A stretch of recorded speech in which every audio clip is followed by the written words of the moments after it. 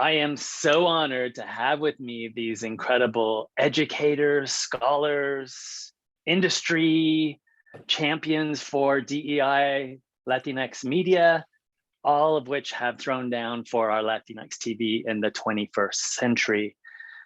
Bill Nedicho is director of the West Coast-based cultural studies program called MALAS, the Masters of Arts in Liberal Arts and Sciences at San Diego State University. Nedicho is a film studies and cultural critic, best known for Text-Mex Seductive Hallucinations of the Mexican in America. His latest book, co-authored with me, is #BrownTV, Latinas and Latinos on the Screen. He's also director of SDSU Press and publisher of A Model Comics. Bill wrote our foreword, so honored to have that. Cristina Rivera is a PhD student at the Ohio State University. And Cristina, you have our book with you there, right? Our Latinx TV book. Yay. She researches, publishes on Latinx representation in children in YA, lit, and media, also teaches classes on race, culture, and identity in the US and literature and media for young people. She wrote a chapter that explores intricately all of the nuances of Dora, the animation series, both kind of reflecting on how she celebrated the series for bringing Spanish and Latinx culture into TV sets for kids. And then in kind of looking back at it, considering the kind of Dora empire that's been created, constructed in and around the TV show, then stripping it back down to its most essentials, looking at how it can actually do some damage also to Latinx representation and culture.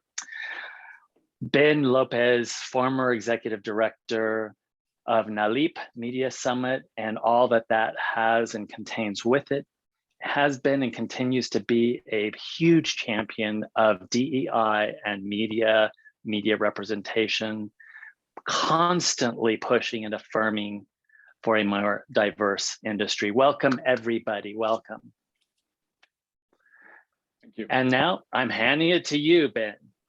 Thank you so much. It's such a pleasure to be here with this group. And also it's a little bit about coming home for me because I'm a proud graduate of the U of A.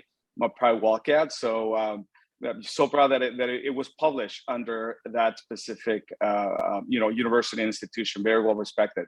So let's get started. I think this is an amazing era, right? Where you can able to dissect not only the state of Latinx representation across this specific medium that happens to be at its height globally, right? We have seen, just to provide a little bit of context, we have seen a lot of the audiences shift from the theatrical experience, right? Pre-pandemic, Latinos, Latinx was 25% of the box office, despite being just about 20% of the population. It could be more because of the undercount. So that's something that we could be debating in another conversation.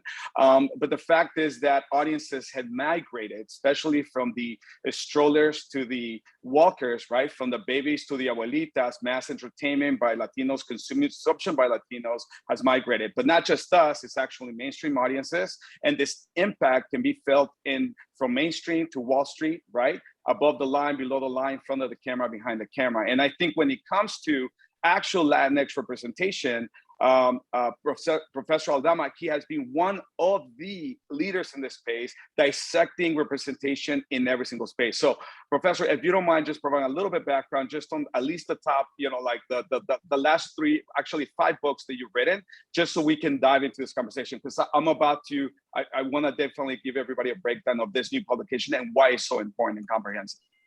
Yeah, thanks, Ben.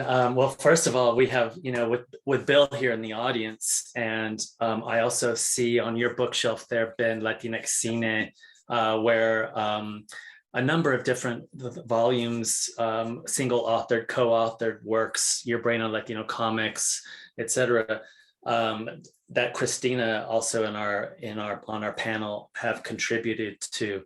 I think what we need to do and what we have been doing as industry people, as Latinx folks working on all sides of, in front of and back of, in front of classrooms, in front of cameras and back of cameras, is to continue to educate and provide both our students and our members of our family, of our community, of society in general, with concepts and understanding so that we know kind of where we're going.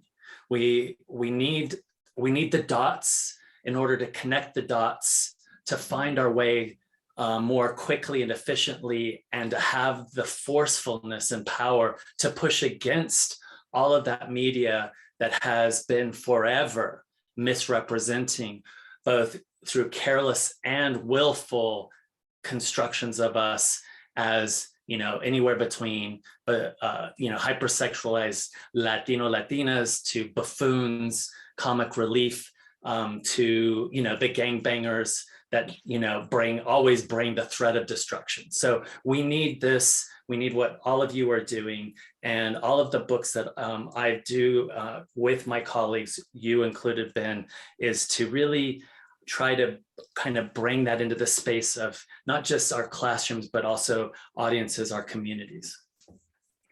Thank you so much for providing that context. And for folks that are tuning into this conversation, let's describe why is it important to have this conversation, especially its impact. What happens, and I want to ask this question to the three of you, what happens when this lack of representation, and then you have the replacement of Latino representation, and when you have the oculus and the lens, the mainstream dominant culture lens over Latinos, how dangerous is that? What is the impact, especially in your specialties? Could you provide that? And we'll start with you, Professor Aldama, and then we'll go down the line.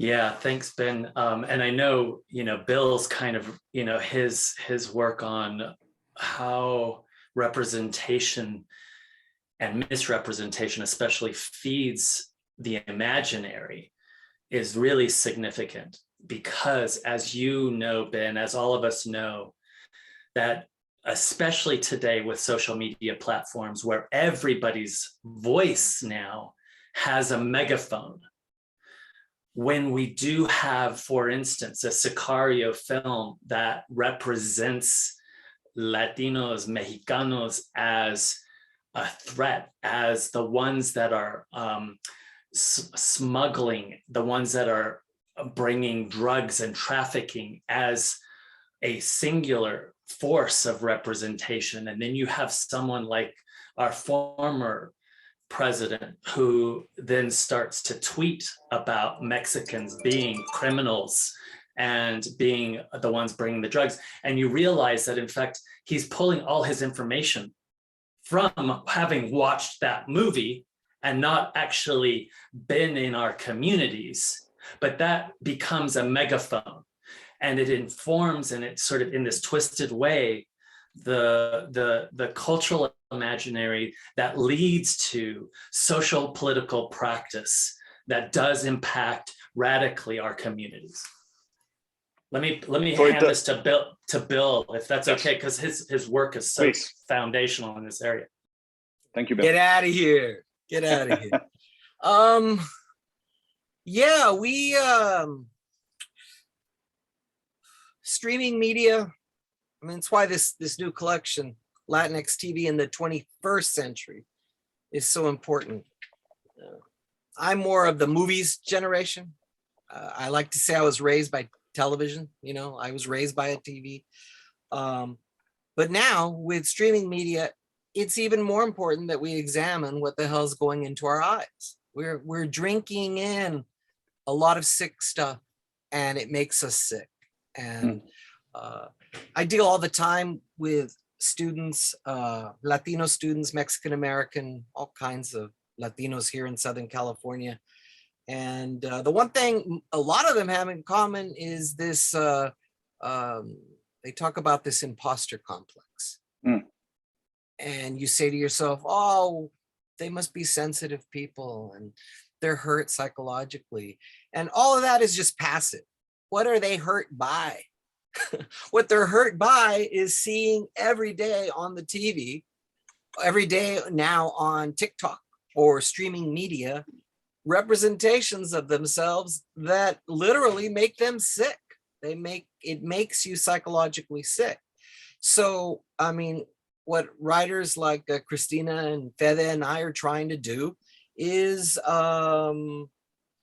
inoculate, to use, we're all in the virus right now, so it's a good metaphor, inoculate ourselves against the hate, against the demeaning, against the outsized, warped, stereotypical versions of ourselves that then proxy for ourselves. The TV, the TikTok, the streaming media is a mirror, and it makes a lot of people sick. So we're pushing back, and we're not just pushing back in our criticism, we're pushing back through creative media, trying to put a different vision out there, a different version of ourselves. Thank you for that. Let's look at the younger segment, the foundational element, which is the Familia, right? So if you don't mind framing it from the previous work that you've done with Dora the Explorer and images that are consumed by general audience and by Latinos, but also Latino themselves consuming images that have been written by usually dominant culture, even though they do bring consultants and writers that happen to be a Latino background. Can you explain a little bit more of that formative state for familias, especially across the space, but also dominant culture familias and the perception of Latinos and how that impacts everything? This is for Cristina. Okay. Thank you. Yeah. So going off of what Bill just mentioned, also, a question that I keep returning to in my own research is, is representation for the sake of representation worth it?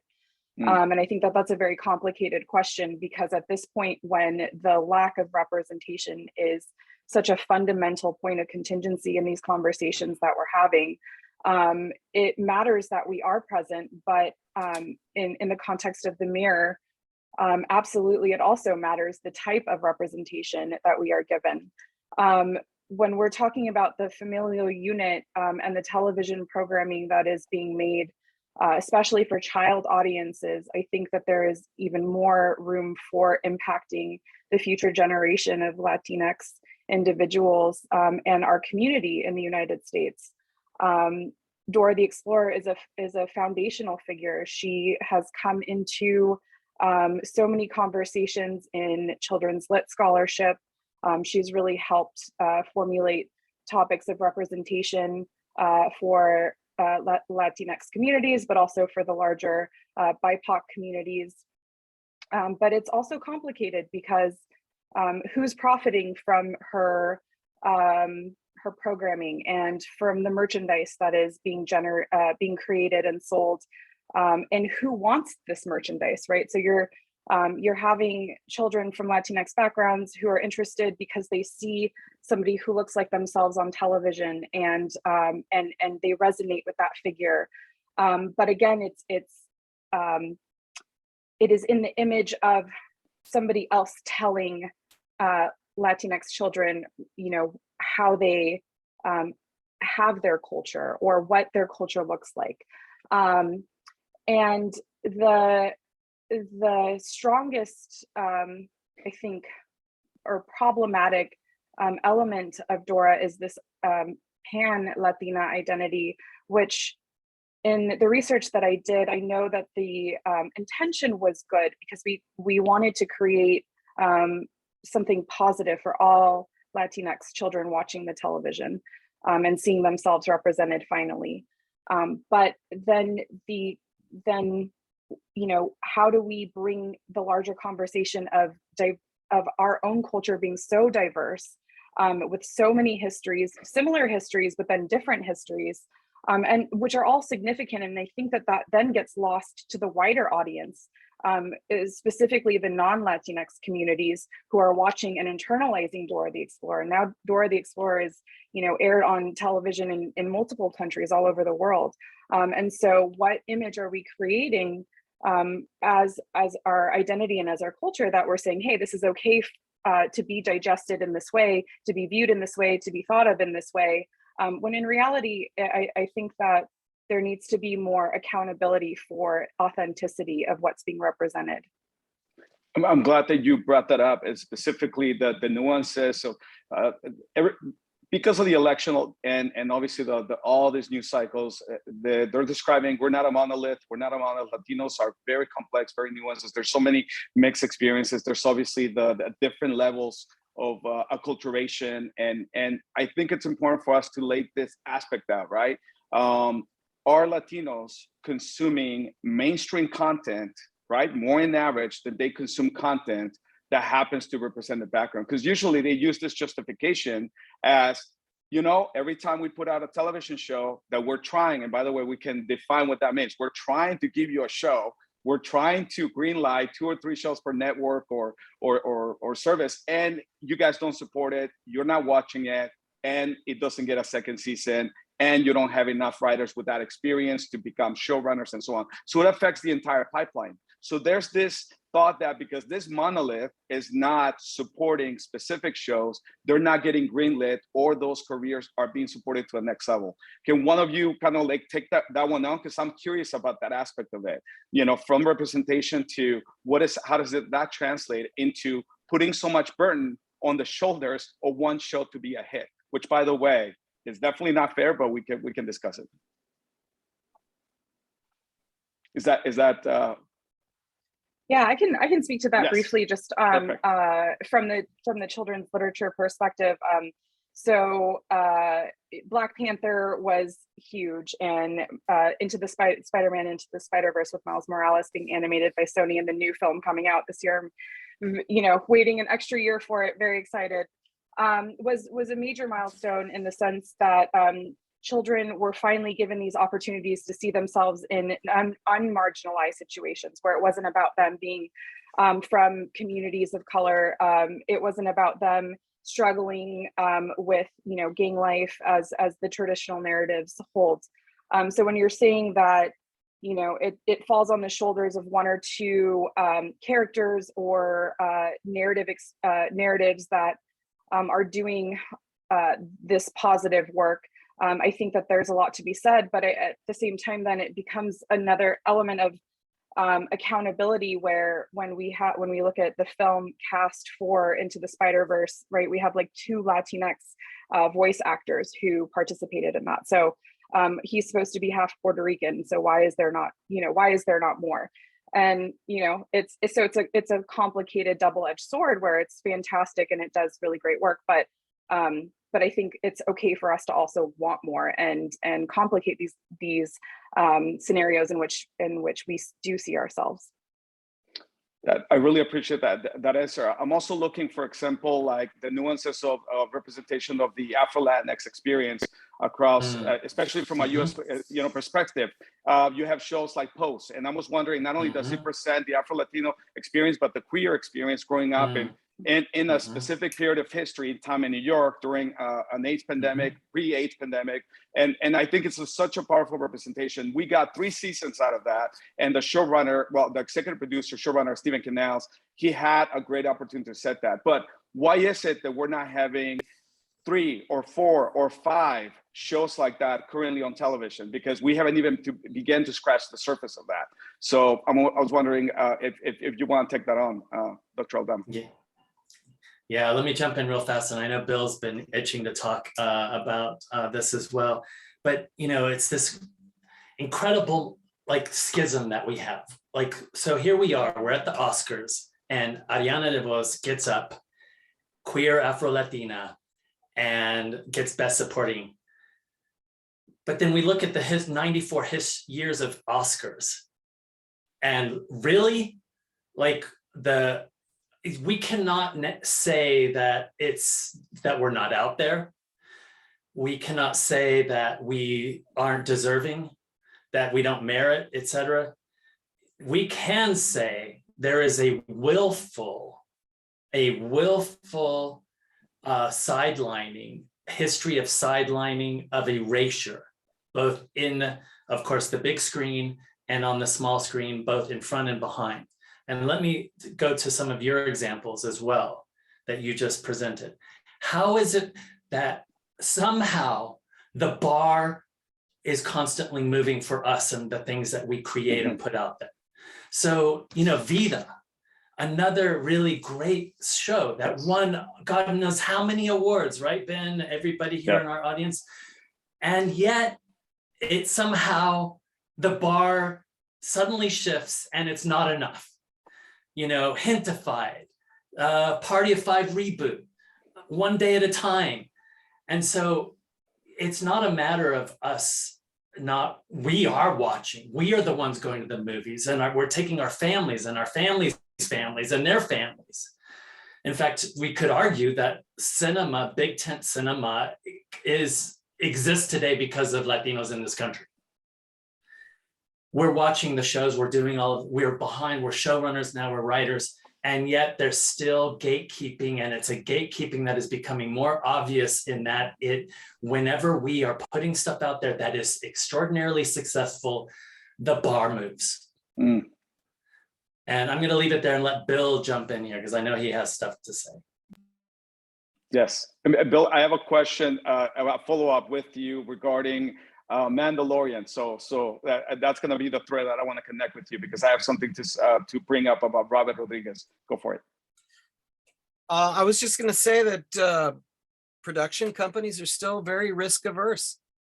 The last administration did a really good job of reseeding the ground with anti-Mexican in particular hate. And so even with the boom and renaissance of late, even though these shows that Fede just mentioned got canceled, at least they got aired. They had seasons, they're in the can, they're on people's vitas, on their resumes. It'll help get the next gig. When it comes to the representation or the depiction of Mexicans out in the wild, thank God for Coda and Derbez. Mm-hmm. Beautiful supporting role. Great character. But the reason I think his recent role will stick out to us, well, one, because it's recent, but again, it's because there's so few of us. There's no TV series about Fede Aldama changing the academic world down in Austin, Texas. I'd pay money. To stream that. I want to see, a day in the life of Fede. And my own experience pitching a show 7 years ago, at NatP, meeting with producers and Lionsgate and Netflix and HBO and Nat Geo and trying to pitch a show called Mextasy, right? I've sort of lived it, the negotiations, the pitches, the show Bibles, the whole thing. And it was a negative experience, I have to say. Well, one, because the show didn't get picked up, but the other thing was just the process of trying to sell yourself as purveying a product that's largely unknown. You don't want to lead with the Mexican stuff, right? That's just not going to sell. So you need something, they try to get us to change the name of the show, Latin Ecstasy. I like that, Latin Ecstasy. That didn't sell. It's a frustrating process when you actually understand the power of representation and you can't get your foot in the door. And like Fede said, the ones that get their foot through the door get kicked out after three seasons, right? Gentefi did not. I'm even shocked from a business perspective that one of the networks were dying for product. Don't pick it up. It's time for the networks to pick up stuff from streaming that's gone down, not just the other way around. Because that show would get viewers. That's a good product. So I have a question about that, and also the looking at raising the bar. That following up on that thread, we have a Uber director, Robert Rodriguez. I mean, he basically, you can thread the needle on everything we discussed just by him growing up in Texas, right? With that background, mostly English dominant home, with a bunch of brothers and sisters, right? Picking up a camera at the right time in history when cameras were being democratized. He was learning to sell, autodidacts, DIY, figuring it out, and then gets to the point where his only opportunity to really try to sell content, he actually was going to sell El Mariachi to a distributor company that was going to be Mexican, and they were going to distribute it in Mexico as exploitation movies. Mm-hmm. We go from that story, from that origin story, to now everything, the history of Spy Kids all the way beyond. And now he's one of the chosen ones to take on the a specific universe of Star Wars, specific universe of Boba Fett, and looking at, you know, a specific episode of Mandalorian. And I'm curious about, when you already raised that bar so high, and you have this person that you have like the emerging, almost like Latino George Lucas meets Spielberg, right? Rising through all of that. And finally, he meets the challenge of delivering something that exciting. And what I was seeing actually trending was that most people were looking, oh, he was exaggerating the gun movement of some guy and the way he was fighting. That was the conversation was about. Instead of like, are you kidding me? We have a Latino that's directing a series. It's on Disney Plus. He's helping to showrun. He's helping to executive produce. And I'm wondering about that. When is it enough? And also the fact that many of us Latinos grew up with a lot of these franchises, right? We embrace them. In lack of the content that represents us, we actually, I think Luke Skywalker became our Chicano Skywalker, right? We figured it out, right? So I'm just curious now, when we have this intersection, and yet we're meeting the bar, I believe, by having someone like that that's super qualified, and why is it still not enough? You know, someone that has definitely adept at raising the bar. So I was wondering if Bill, you could take, you know, if you could take that one on. Well, Fede wrote the book on Robert. I think Fede should take this. Sure, yeah, both of you, because I see the comic books. I see a lot of the comic books, and I think we're fanboys. That's the thing. I want to demystify this fact that Latinos are also, we're in comics, we're in genre, we're in everything. We consume everything. So. Yeah, no, that's great. And we need to be in sci-fi, because we're not there enough. I mean, if we're not seen enough in shows that are reconstructions of our present, we're definitely not in the future in kind of dominant televisual and cinematic spaces. That said, we do have Robert Rodriguez, a significant shaper within that. Alex Rivera, another one. Gigi and her work, right? The Culture Shock, extraordinary, right? That movie. And of course, Michael Pena in, you know, some of the roles that he's chosen. We also have Zoe Saldana in space, etc. Okay. Again, kind of going back to what Cristina and what we've all been talking about. It's like this moment where we want to celebrate. We do see Robert there, and we see, if we know anything about his style, his trademark, in aesthetics, in the shaping of story, it's undeniably present in the Boba Fett. And it's a great moment. We're like, you didn't even have to tell me that sequence was his, that series, that episode was his. I knew. Young people, you know, protagonists that are put into that narrative space, like Spy Kids. He did that with things like, right, Boba Fett, things that fall off the radar of other directors and creatives. We celebrate. We see Zoe Saldana, we see even in Purple Face, and we celebrate. Okay, but why are we celebrating when we kind of take a step back and we're like, hold on, 1, 2, 3, 4, 5, I count on my hand? Like, okay, yes, it's good to celebrate, but let's take a step back here. And we want more, and we need more, we demand more, and we should be out protesting that we want more. And I know that, you know, you at the front lines, Ben, and others literally stomping the ground to bring awareness to the fact of the scarcity. We're celebrating because there is scarcity and continues to be scarcity. The other side of this is, I will just say, you know, someone like Zoe Saldana and the success that she sort of, you know, has had, just like you with Nalip and other grassroots efforts, creating production studios, opening pathways to new generations. I will be honest and on record here, I would love to see more of that coming out of Robert's studio.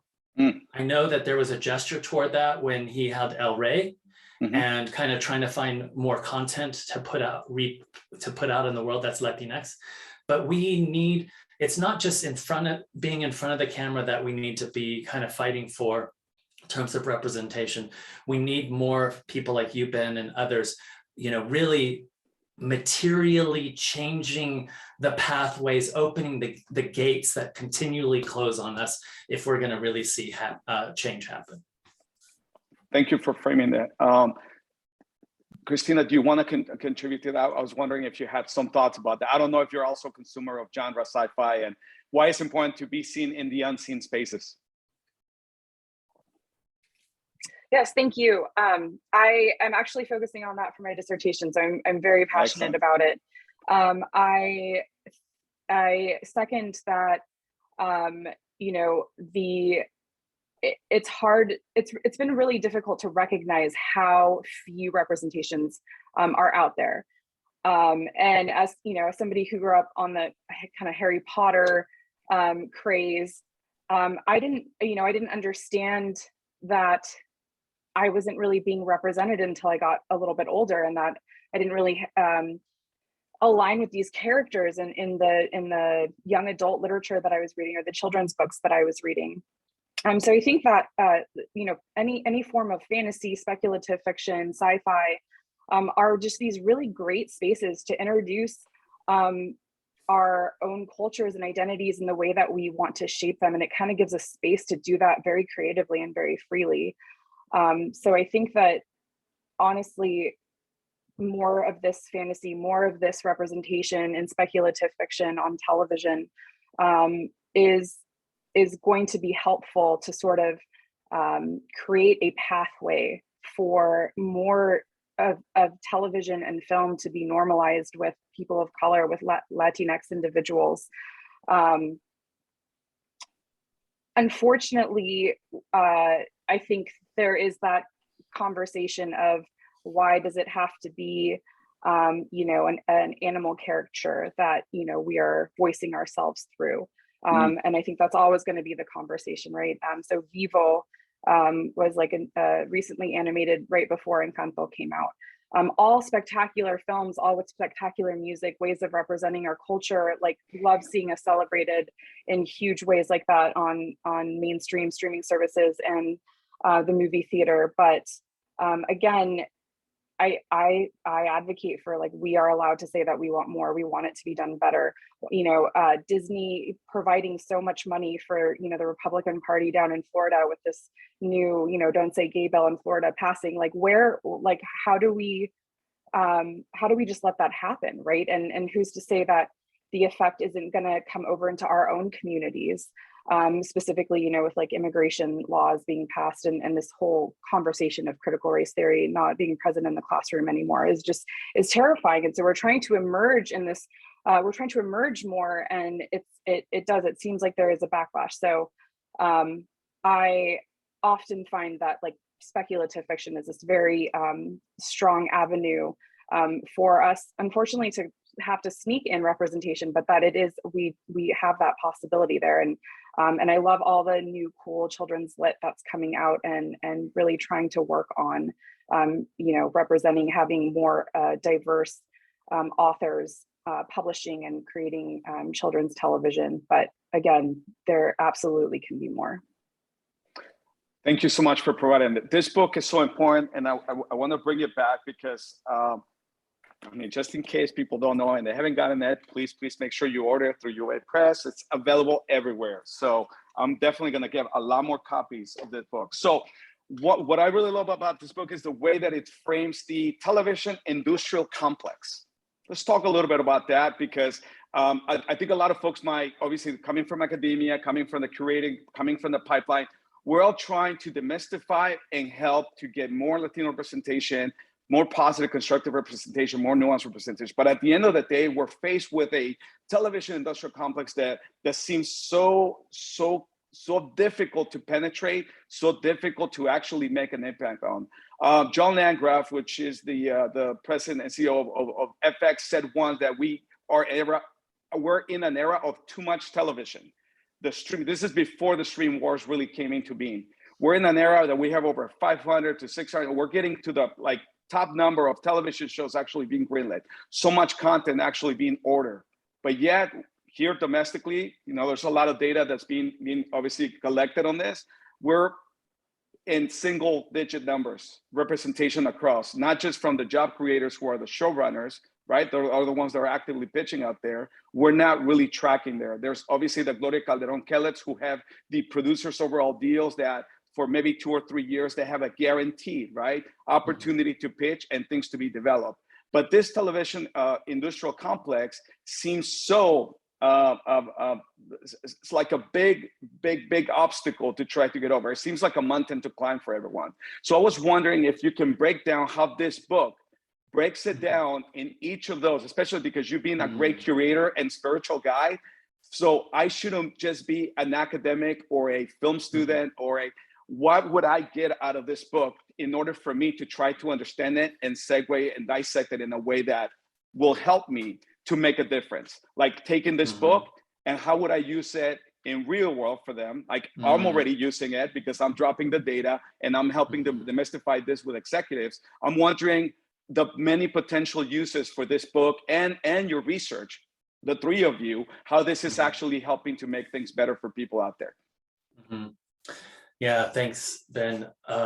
So, you know, I think kind of going, this is a beautiful way to kind of bring us back to one of the origin questions and discussions about how we do the work, the careful, hard work of not just unpacking and analyzing what becomes this imaginary in and through the televisual industrial complex, which is the dominant.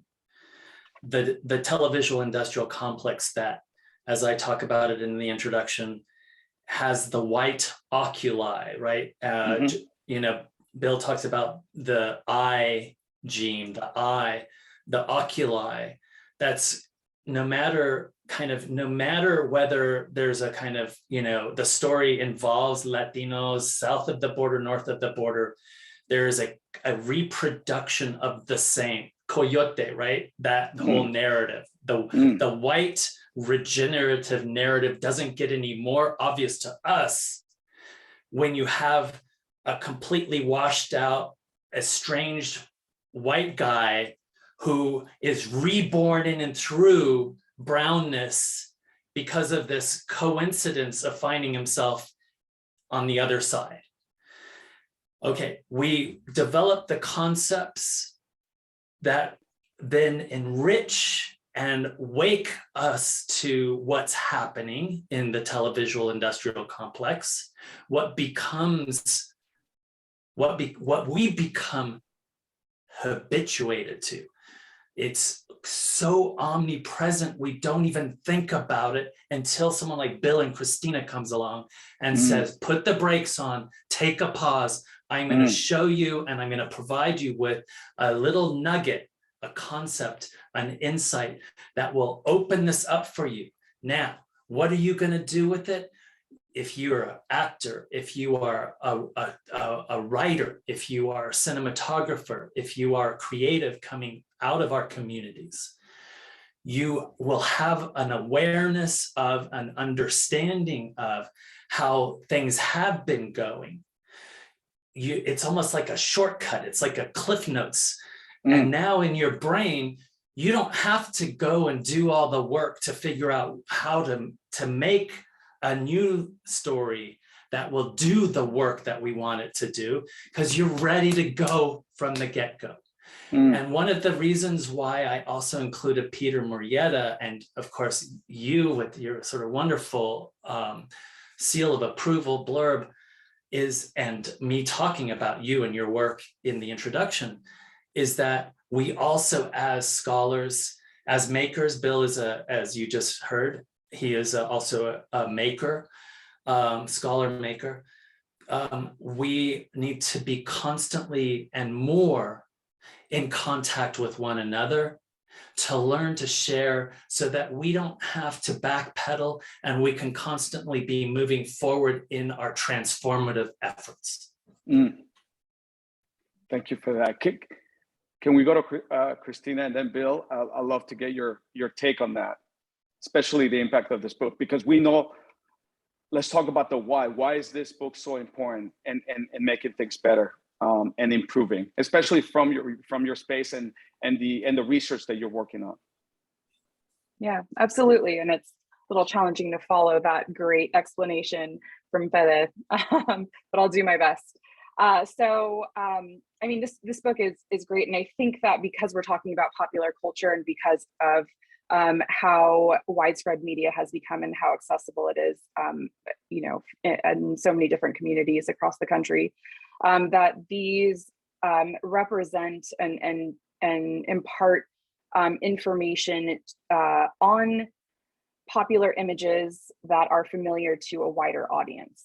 So we're not talking about the literature with a capital L, we're talking about things that are present in everyday streaming services. And so this book really helps to unpack some of these really significant figures that have, you know, made impacts, but also allow us to, again, pump the brakes and kind of say, hey, like, this is great, but what are we going to do moving forward? How are we going to do this better? How are we going to make more of this? And I'm really proud to be a part of such a great collection because it's so diverse in the types of texts that we are analyzing. And, you know, everything from children's lit to, you know, very serious, you know, film and television in pop culture. So I think that this will absolutely help us continue these conversations that need to be had. I think it's also very accessible for like undergraduate classrooms or even high school students, right? That will be given tools to, again, ask the right questions and therefore demand, you know, with how they choose to start subscribing to their own services, right, when they get older and are now paying for streaming services. So I think that there is something in this book for everybody, which I think is really powerful. Yes, and thank you so much. And then for Bill, I'm curious if the executives that you were pitching to, if they should have had a book like this with them and maybe read it, right? Just to provide the context. They would not have read it. I don't think so. Maybe if I give it to them as a gift for Christmas. Yes. The beauty of a book like this is that it is an anthology. No one who picks up the book is going to love or know every show that is documented in this text, but it hits all the major ones, and you can gravitate towards the writer, the piece, the focus. You know, Dora fangirls will go to Christina's piece. People who don't want to read the book will read my foreword, hopefully 3 pages, 4 pages, you know. Amazing. But I mean, I want to say, you know, take a little moment out from bashing producers in Hollywood. Academics aren't that much better. And what Fede has done in curating this particular volume that's got superstar critics in it. I mean, folks maybe who watch TV might not know them, but we know them because we're here in the Academy with new up and coming superstar scholars. What Fede has done, and in my foreword, I talk about him as a curate, not as a priest, but as a curator who's put together and assembled an all-star cast and an up-and-coming cast of scholars. This is going to change the career of young scholars. This is what Fede Aldama does when he puts out an anthology.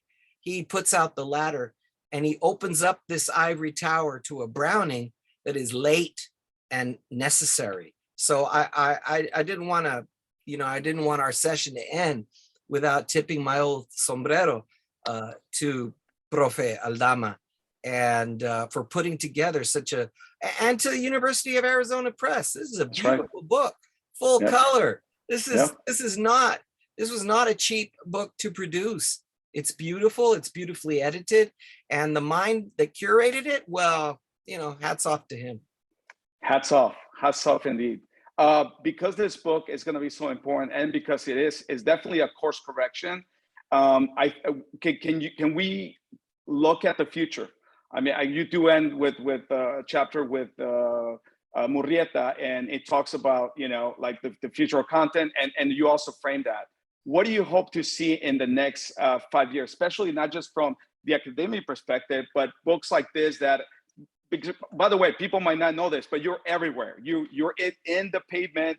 You're out there meeting the next generation of comic creators, television creators.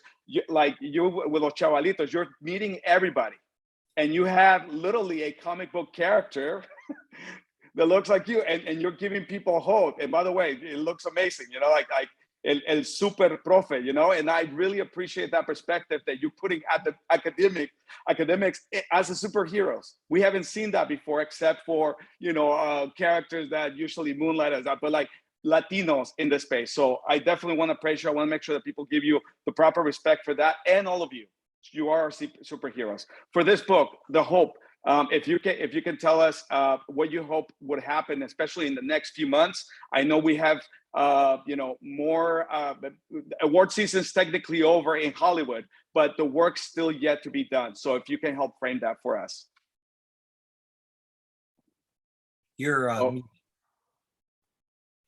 Thank you for coming and doing all of this with me here and in the book. Let's just say this, that my hope is, of course, as Bill just said, regalitos for all of our execs and folks kind of in the televisual industrial complex, possibly, you know, as a way to, the sort of subterfuge, the way to kind of operate on that level, bring in concepts, bring in awareness, wake people to things that they might not be seeing, even though they should be seeing. But more generally on a scholarly level, I think, as we've seen with Cristina's work, with Bill's work, your work, Ben, we need to make all the work that we do in the academy accessible to all others. It doesn't mean that we need to be less rigorous. We continue to bring the rigor of careful scholarly study, but we need to be mindful of the fact that our readers, our audience, should not just be the 25, 35, 100, 150 kids in our classrooms, our 5 colleagues. It needs to be everybody. And that's what I mean by our work, the synergy, the Bens, the Bills, the Cristinas. We need to be speaking together, working together, and articulating and creating together. Excellent. Well, thank you so much. I don't know if there's anything else that you would like to say, Cristina and Bill, because what we want to do is definitely encourage people to not only engage in the tour, because I'm sure you're going to be doing a tour together, discussing the book in every corner of our community, but also hopefully bringing it to Hollywood itself to have deeper dive conversations to break each of these chapters down. So let me go to Cristina and then Bill. Yeah, there's really not much more to say except, you know, I feel like this is, you know, a step in the right direction to keep fighting the good fight, right? You know, for our community, for our children. I think that's really where I am focused in making, you know, the future Latinx in the United States feel like this is their place as much as it is anybody else's, and that nobody should ever make them feel differently, and that you know, the Latinx community is great and beautiful, and not to let anybody put you down, and make more representation so that that is apparent, right? It's not just our adults, our empty words coming from adults, right? But that it is actually seen and visible and heard and then celebrated even more. 100%. Bill. I just want to say, if there's one of the things I have is great hope for the coming generation. You know, I'm always around young people. I fathered 2 young people, and the up and coming generation is just amazing. And so I want to challenge, if there's some teacher, especially in a high school, because we're weird professors, me and Fede, in that we actually talk to young people and they don't shut us out yet. maybe in 2 more years if I get grayer. Have us come out, adopt this book in your school district. That's what's going to make a difference. And then call us. We'll come out. We'll talk to your students. We'll hang out. We'll do assemblies. It's important that this book not just stay in a library. It's got to get out there just so that the next up and coming generation can see just the explosion that is the Latinx televisual revolution. Thank you, the three of you, for being such luminaries, guiding the pathway, demystifying, and being that curator, Dr. Aldama. Thank you. And please make sure that you guys prioritize this book, but also deep dive into the collection, deep dive into the work every academic. For me, I follow you guys like I follow musicians. I go through the deep catalog and I read your research. I actually take the time. So thank you for making my work better out there in the community. And U of A Press, thank you again for your support. And I hope you enjoyed this conversation with us. We're discussing Latinx TV in the 21st century, edited by Dr. Frederick Luis Aldama. So thank you everyone for joining us, and thank you for this team panel. Thank you. Thank you very much.